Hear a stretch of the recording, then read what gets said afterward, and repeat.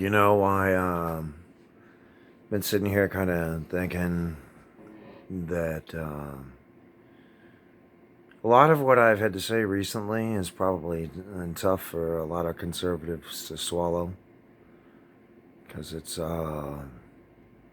goes against a lot of what they believe in.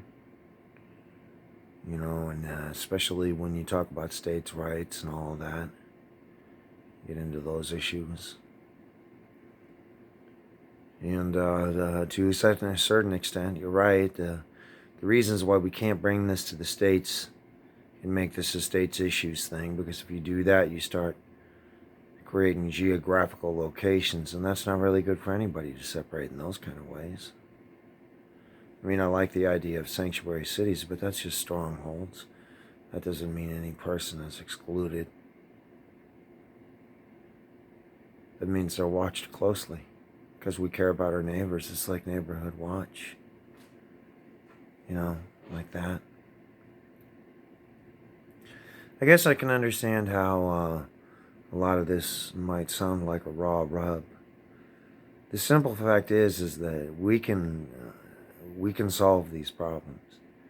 And we can solve these problems in a way which the people around you can actually see and be happy with. Maybe we can all be proud of being Americans and not so hateful. Ice-T was right about one thing: capitalization. The African American community needs capitalization. And I'm not talking about just a little bit of capitalization. I'm talking like a lot of capitalization over a long period of time, maybe something akin to the amount of $20 trillion. I know that sounds like a lot, but it's really not.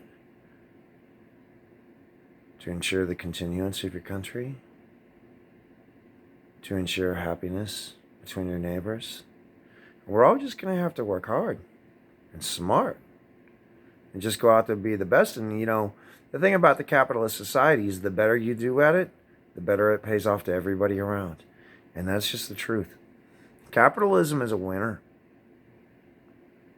There's no way to do it without capitalism. The thing is, you're doing both at the same time, because you're already doing both at the same time anyways. You just make it transparent and get rid of the argument, because, hey, you're doing it the same way. You know what I mean? You're taking care of the problem.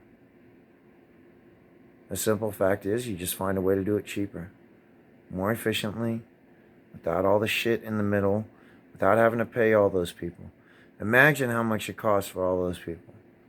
The enormous amount of money for government salaries. Imagine that. That's just off the hook. If we can actually redesign these systems, it's a huge benefit to all Americans. So, I guess what I see is like a winning platform for all of America, all of the people in America, and subsequently all of the people throughout the world. The world prospers when America prospers.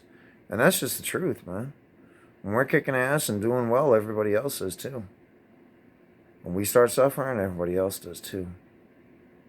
So, we just got to remember, they talk about exceptionalism. It's not exceptionalism. It's the fact that we have a good economic engine figured out. And it works. It actually works.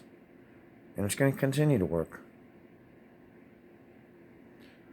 We can find a way to do all of this simply. And to do it without being afraid of the changes. Because I get it. I understand. A lot of the ideas are liberal ideas. And they don't appeal. But it's like it's compromise. That's what we're talking about. And that idea that I was talking about with party esprit de corps, that's your esprit de corps right there. You're paying in, man. You're paying in, and if somebody needs help, they can go get a Patriot phone and they can get help. And that's thanks to you and everybody else around. And you keep doing that long enough, we're going to get to a point where it's all going to become simple. So, there is that.